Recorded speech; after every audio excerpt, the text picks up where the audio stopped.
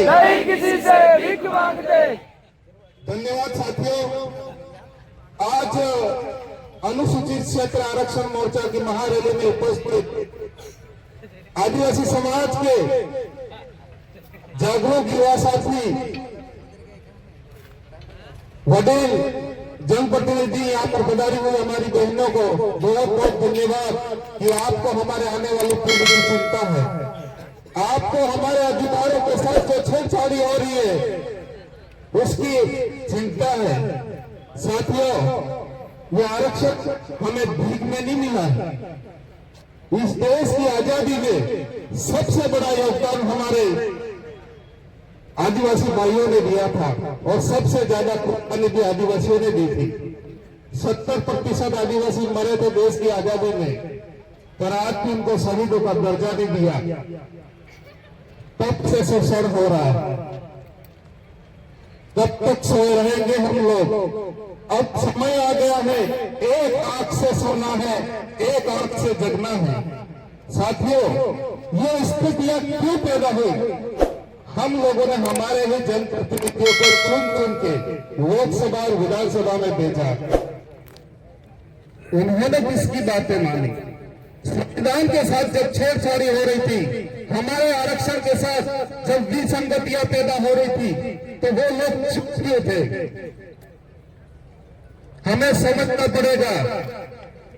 हमने भी कांग्रेस बीजेपी को वोट दे के लोकसभा विधानसभा जनप्रतिनिधियों को भेजा, उन लोगों ने पैरवी नहीं की।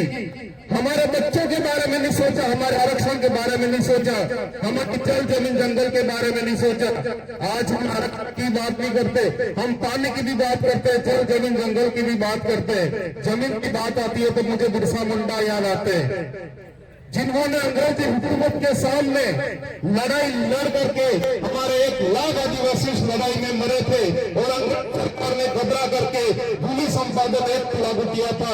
उसी एक्ट के खातिर आज हम इस देश के जमीन के मालिक हैं। साथियों, बिरसा मुंडा करना पड़ेगा। अब तो अपना जन जागरूकता आगे बढ़ गया है कि हर घर में बिरसा मुंडा है, हर घर में टांटा भील है। मैं आपसे कहना चाह रहा हूं कि अब हमें सोना नहीं है, हमारे हर गली मोहल्ले जाना है। हमारे जो भाई समझ नहीं रहे, हमारे जो युवा समझ नहीं रहे, के पास जाके बैठो, उनके साथ सामाजिक वार्तालाप करो, हमारे जो आरक्षण की व्यवस्था है वो समझाओ और आने वाले समय में हमारे सामने कैसी परिस्थितियां आने वाली है ये भी समझाना पड़ेगा। मैं ज्यादा नहीं कहूंगा, पर यह कहना चाहूंगा कि हम उठाएंगे तीर नहीं, हम कलम उठाएंगे तीर नहीं, और छेड़े आरक्षण को तो हम चुप भी नहीं। ये जो चिंगारी लगी है वो अब बुझेगी नहीं और हमारी ये वो अब झुकेगी नहीं।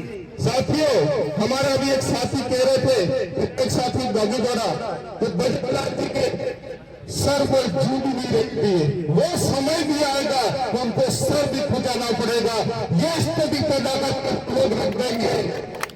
और विधानसभा में हम 4 भाई हैं, आपने हम लोगों पर विश्वास किया है और हम आपके विश्वास के जनप्रतिनिधि हैं, तो आप सब निश्चिंत रहे। जब होगी हम लोग